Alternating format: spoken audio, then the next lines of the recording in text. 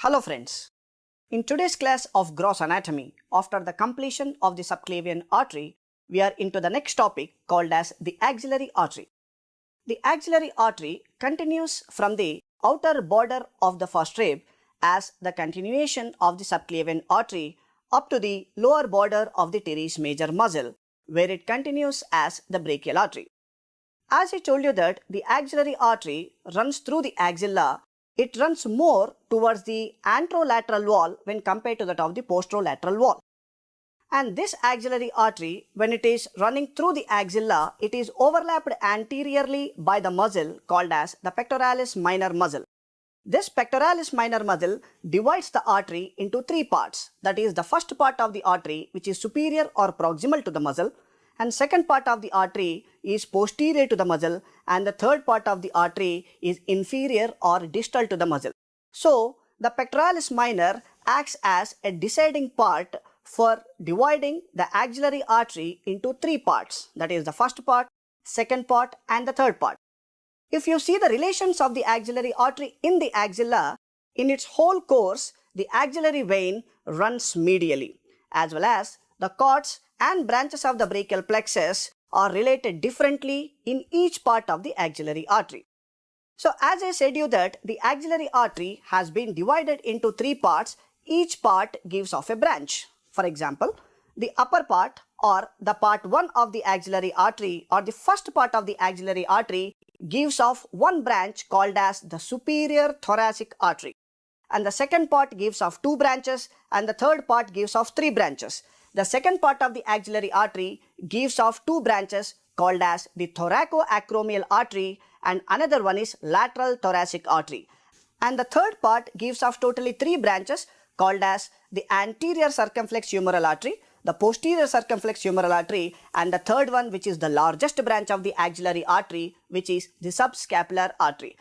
Now let us discuss about what are the branches of the axillary artery in detail.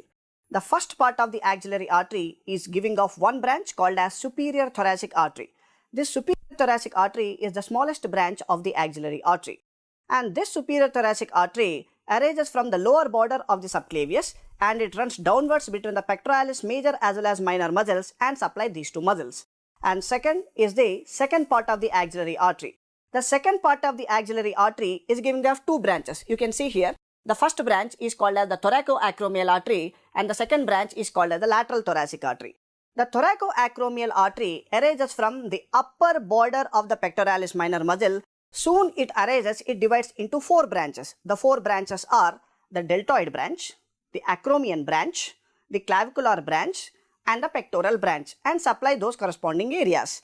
And coming toward the lateral thoracic artery, the lateral thoracic artery arises from the lower border of the pectoralis minor muscle. But in females, this lateral thoracic artery is longer when compared to that of the males because it supplies the mammary gland through the lateral mammary branches. And coming towards the branches arising from the third part of the axillary artery. The third part of the axillary artery is giving off totally three branches. The anterior circumflex humeral artery, the posterior circumflex humeral artery, and the third one is the subscapular artery.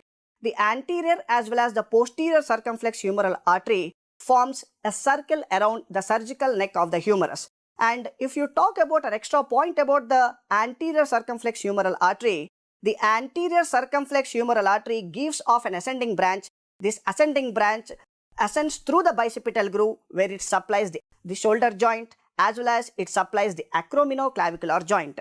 And coming towards the subscapular artery, the subscapular artery arises from the lower border of the subscapularis, and it is the largest branch of the axillary artery. This subscapular artery ends at the inferior angle of the scapula, where it winds round the lateral border of the scapula and where it supplies the supraspinatus muscle as well as terminates into the supraspinous fossa. So by this we finished what is the course of the axillary artery and also the branches in detail.